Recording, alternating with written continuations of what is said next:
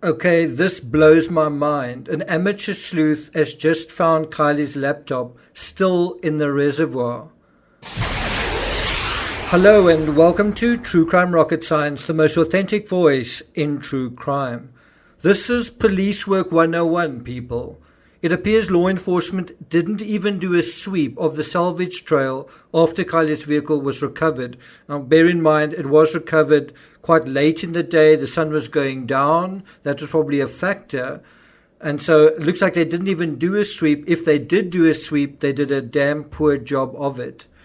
An amateur sleuth, an armchair detective that, to his credit, has been out in the field, running around, driving around, and now paddling and diving at the site, has recovered, wait for it, Kiely'S laptop and what appears to be a hairbrush, what may be a shoebox, as well as other paper and paraphernalia. Have a look at this image of what appears to be a hairbrush, and then we'll juxtapose that with the AWP footage inside the passenger window. Doesn't that look the same to you? About 6 hours earlier, that's hours before making this video, a new channel called Checkit TV posted footage from a paddleboard on the water directly above the salvage site. He would sometimes turn in on the paddleboard to show the familiar isthmus that we've been dealing with. He clearly is in the area. He clearly is on Prosser Lake. And the next moment, the YouTuber dunks his phone in the water and shows the following detritus clearly visible. And then he talks about being quite mad that law enforcement aren't showing up. So he's found something, wants them to come and check it out, and it's taking a really long time. So it appears that the silver of Kiely'S laptop was also clearly visible above water. It's more clearly visible in the video than that screen grab. It's not surprising that anything fell out given how much stuff was lying right beside the broken passenger window. And there were two windows open on opposite sides of the vehicle. If you think about it, if the FBI and others have been investigating this case since the vehicle was discovered, you'd imagine they would have done some kind of inventory of the vehicle and of Kiely'S possessions and what she had with her and what was missing. And you'd imagine that Kiely'S folks should have known and told the FBI what was in it or what should have been in it. And so if the laptop wasn't there, why wouldn't law enforcement assume that someone stole it? That perhaps someone stole her laptop and then did something to her? Some may believe this isn't the real thing, that this laptop is sort of planted to get views. But I've got to say, I'm not even cynical enough to believe someone would buy a laptop and dump it into a reservoir for clicks. They're pretty expensive.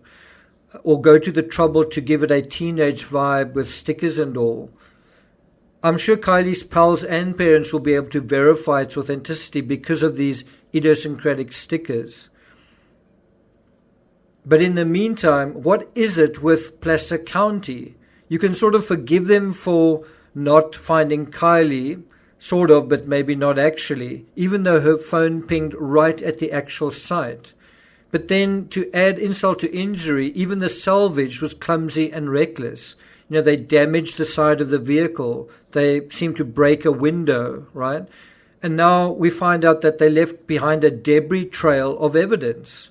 They broke the window, and then as a result, all of this stuff fell out. Apparently, when the cops were summoned to the scene, even now, you know, it's like the fourth thing. They took their time as well. According to SF Investigates, he says on Twitter, one of Kiely'S friends was also on scene and also assisting in contacting Placer County. He says it was harder to get law enforcement to come out than you would think. Everyone did a fantastic job, and the family will likely retrieve many of Kiely'S photos and memories. And I think that is a reference to what is on the laptop. And so who knows, maybe there is browser history and maybe there's additional information on that might give the investigation a better idea of what's going on. But I mean, this is a serious error. This is a serious mess in terms of law enforcement. It's yet another mess in a very messy investigation. It does look like Placer County have put up some cones of late.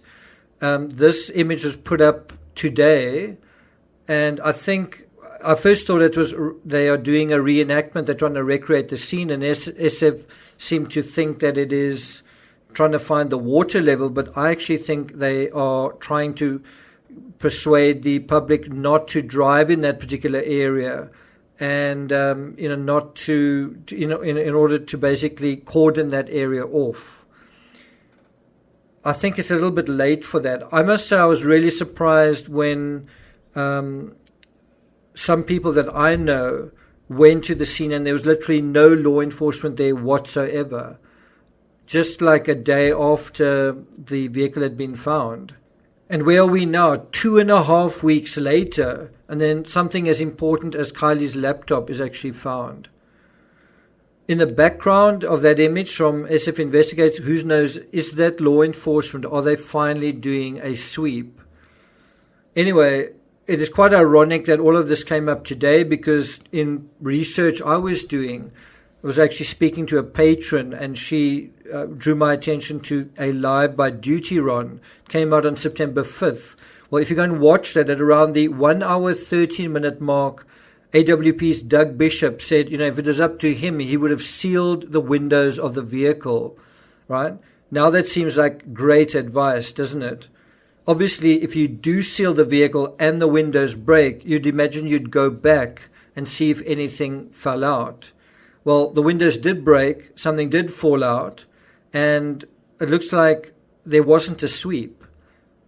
I mean, I think that's quite an important question. Was there a sweep or wasn't there a sweep? And I think if you're a journalist watching this, I think you might want to ask them that. Was there a sweep? And it seems like it could be a case that because it was late in the afternoon and the sun was about setting, that maybe it was difficult to see. Well, if that's true, could you not have come back the next day? Or was the idea, well, we found Kiely, we found her vehicle, and then that's it. We don't need to find anything else. It could also be, in a way, a sign that they are accepting it as an accident. So if you're not seeing it as a very serious investigation, well, then there's nothing else to look for. And so then that's it, right? In any event, I have reached out to Checkit TV directly. I sent him an email. I basically asked him in the email, what time and what day did you make the discovery of the laptop? I think the answer to that was yesterday, right? Basically the 7th of September, which was Wednesday. How did he find it? I think he was just running around the area and he noticed something in the water, right? He literally paddled over it and he noticed something in the water. It does look like he put on yellow frog feet and dived down, literally. In other words, looks like with a failure of law enforcement to arrive, he literally dived down himself and retrieved these objects. I also asked him, what else did you find? So it's not clear what those papers are or what is in that cardboard box. And then I've asked some other questions, also his name and what he does for a living.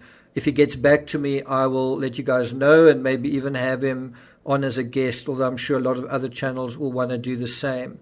If you're not aware of this footage, I'll put a link to the site from Checkit TV in the description, and also a link to the tweets from SF Investigates that basically corroborates this guy's discovery.